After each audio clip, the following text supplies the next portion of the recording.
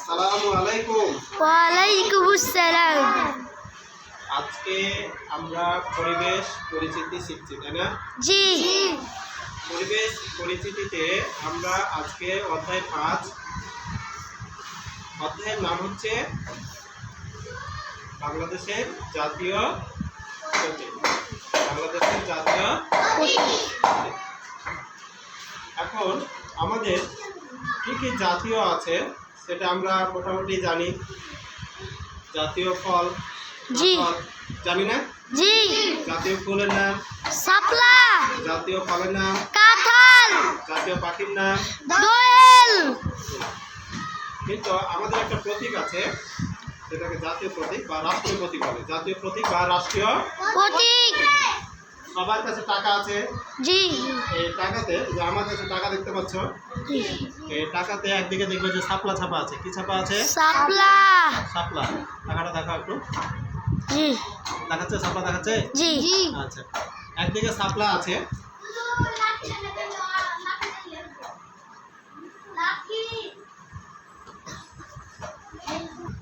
একদিকে শাপলা ফুল আছে, একদিকে শাপলা ফুল আছে। এই শাপলা ফুলের পাশে আরো অনেক কিছু আছে, তাই না? জি। এটা হচ্ছে বাংলাদেশের জাতীয় প্রতীক বা রাষ্ট্রীয় মনোগ্রাম। বলো। রাষ্ট্রীয় মনোগ্রাম। আমরা এবার এটা একে দেখাই নাকি? জি। করি আমি আঁকার জন্য। খুব ভালো নাও হতে পারে, তবে একটা প্রথমে আমরা কি করবো, একটা গোলাকার শেপ নেবো। কি করবো? একটা গোলাকার শেপ নিব। মানে এরকম গোল করে আমরা একটা হয়েছে। আচ্ছা, এবার দেখো গোলাকার শেপের মধ্যে আমরা কি করবো, একটা ভাসমান শাপলা ফুল আঁকবো। কি আঁকবো? ভাসমান শাপলা ফুল। শাপলা ফুল। তাহলে শাপলা ফুল সচরাচর যেটা টাকাতে আঁকা থাকে সেটা এরকম ভাবে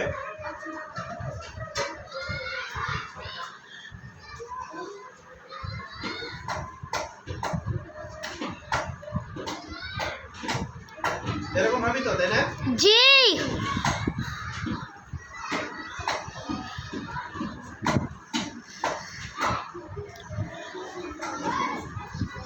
কথা বলো না।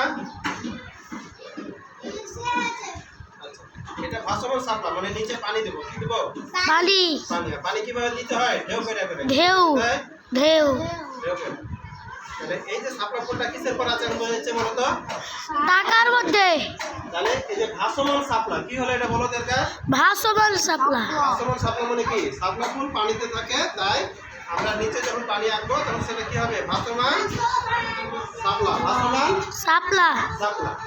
আচ্ছা, এই ভাসমান শাপলা দুই পাশে কি আছে বলো তো? ধানের শীষ। ধানের শীষ। ধানের শীষ। হ্যাঁ? দুই পাশে আছে ধানের শীষ। এই ওটা হবে না কথা। এই যে ধানের শীষ কিভাবে আঁকে দেখালাম, আমরা ধানের শীষটা এইভাবে আঁকবো। ঠিক আছে? জি। হয়েছে? আঁকা হয়েছে? জি।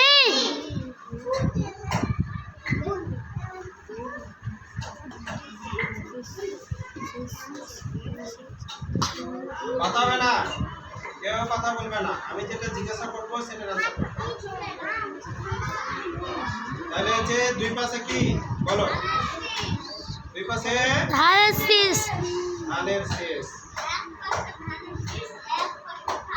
আচ্ছা, ধীরে পাশে করে দেন। তাহলে আমরা এরকম ভাবে এটা দুই পাশে আঁকবো। ঠিক আছে? জি।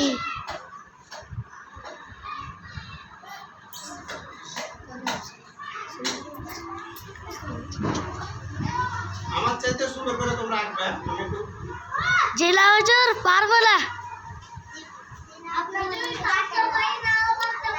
কেন? আপনি হেভি কে রাখা চাচ্ছেন?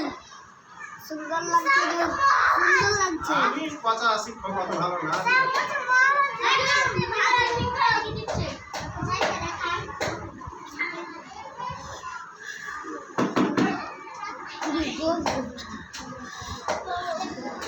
আমরা এই খেয়াল করো, আমরা এই শীষটা এক সমান করে নিব।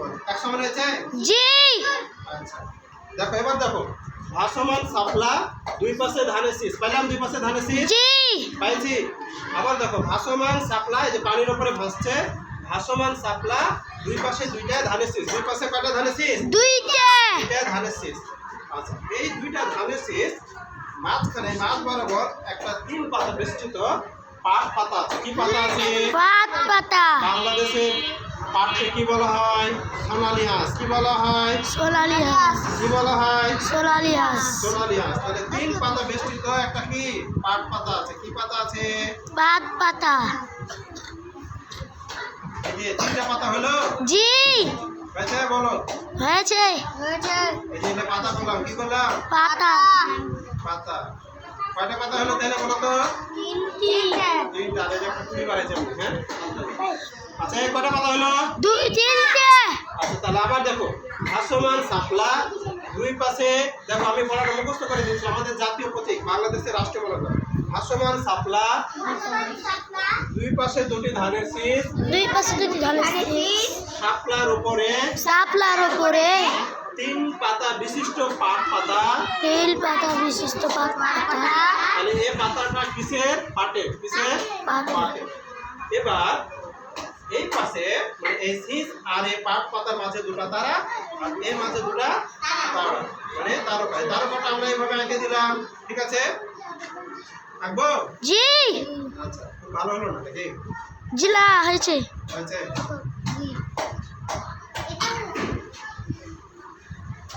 এগুলো কি? তারকা। তারকা। এগুলো কি? তারকা। তারকা। এগুলো কি বলো তো? তারকা। তারকা বা তারা, ঠিক আছে? আচ্ছা, এটা কি? পাট পাতা। এটা পাত কি? পাতা। পাট পাতা। এগার পাতা। পাট পাতা।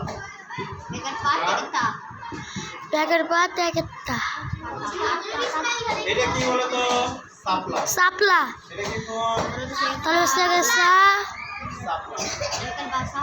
বেকারে আচ্ছা, এটা কি? ধানের শীষ। এটা কি? ধানের শীষ।